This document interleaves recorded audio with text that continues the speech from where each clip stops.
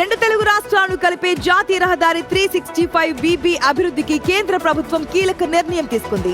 Buttayagudem to ఎల్ఎన్డిపేట, Pattiseema to Kovur సెక్షన్ల మధ్య 45 కిలోమీటర్ల రహదారి అభివృద్ధికి కేంద్రం ఆమోదం తెలిపింది. మొత్తం 840 కోట్ల 41 లక్షల రూపాయలతో ఈ రహదారి అభివృద్ధి పనులు చేపట్టబోతున్నారు.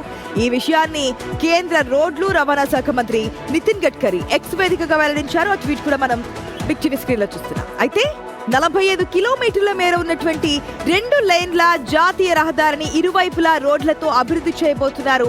ఈ రహదారి అభివృద్ధితో పోలవరం ప్రాజెక్టుకు కనెక్టివిటీ మరింత మెరుగుపడబోతోంది. పోలవరం పరిసర గ్రామాలకు రాకపోకలు సులభతరం కాబోతున్నాయి. ఈ ప్రాంతంలో పొగాకు, చెరకు, పామాయిల్ తోటలు విస్తృతంగా ఉన్నాయి. హైవే అభివృద్ధితో ఈ ప్రాంతంలో మౌలిక సదుపాయాలు మెరుగుపడబోతున్నాయి. రైతులు పండించిన పంటలను వేగంగా మార్కెట్లకు తరలించే అవకాశం కూడా కలగబోతోంది. పంటల రవాణా మరింత సురక్షితంగా జరగనుంది. గ్రామాల నుంచి మార్కెట్లకు అనుసంధానం పెరగబోతోంది.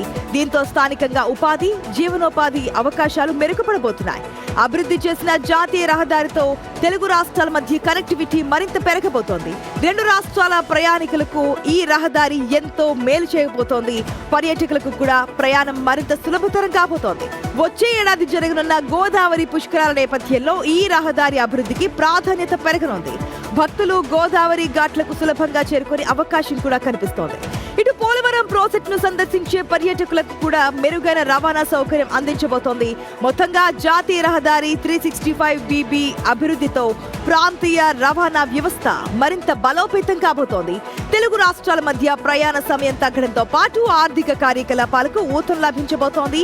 ఈ ప్రాజెక్టుతో రహదారి మౌలిక సదుపాయాలు మెరుగుపడి ప్రజలకు మరింత మెరుగైన రవాణా సౌకర్యం అందుబాటులోకి రాబోతోంది.